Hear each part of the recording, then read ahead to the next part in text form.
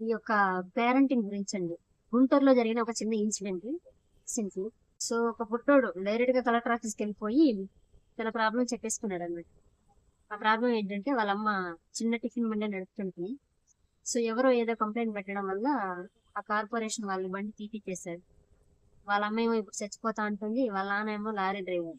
ఎక్కడ ఈ బుడ్డోడు చదువు ఆగిపోతుంది అనేసి మళ్ళీ వాళ్ళ అమ్మ కూడా చనిపోతా అంటుంది అనేసి డైరెక్ట్ గా వెళ్ళిపోయాడు. అంటే ఎంత చాకచక్యంగా వెళ్ళాడు చూడండి, ఇంతే ఇంత బుడ్డోడు. వెళ్ళేసి తన ప్రాబ్లం ని 1 or 2 minutes లో చెప్పేశాడు కలెక్టర్కి. ఆవిడేమో ఇంకా స్కూల్ దగ్గర ఏదో ప్లేస్ ఉందనేసి గ్రాండ్ చేసి ఇంకా బండి పెట్టేసుకున్నాడు. సో ఇక్కడ ప్రాబ్లం సాల్వ్ అయింది. ఆ ఏజ్ లో మనం ఎలా ఉండేవాళ్ళం? ఏ చాక్లెట్ తీసలేదని, ఏ ఐస్ క్రీమ్ తీసలేదని, ఊరికి తీసుకెళ్ళలేదని ఓని ఏడ్చి గీ పెట్టేవాళ్ళం.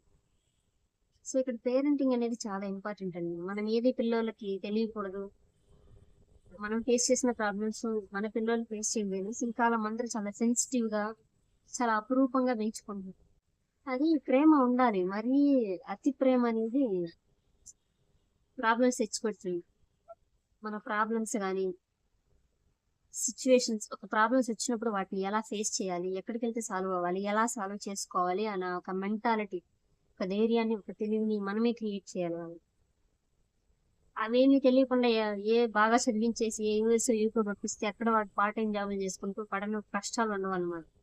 అంటే వాటిని తక్కువ చేస్తున్నామని కాదు, అక్కడికి వెళ్ళి వాడి ఆ జాబ్ ఈ జాబ్ చేసుకుంటూ ఆ కష్టాన్ని తెలుసుకుని అప్పుడు రియలైజ్ అవుతున్నాడు. అదేదో మనం ఇక్కడే మనం పెంచేటప్పుడే పిల్లల్ని ఎందుకు రియలైజ్ చేయకూడదు? ప్రతిదీ వాళ్ళకి చెప్పి వాళ్ళు డిస్కస్ చేసి అన్ని చెప్పే చేయాలి. అయ్యో మన ప్రాబ్లమ్స్ చెప్తే వాడెక్కడ బాధపడతాడు, వాడెక్కడ డిస్టర్బ్ అవుతాడని కాదు. చూడండి ఆ పొట్టోడు ఇంత లేడు, ఎంత ధైర్యంగా కలెక్టర్ ఆఫీస్కి వెళ్ళాడు.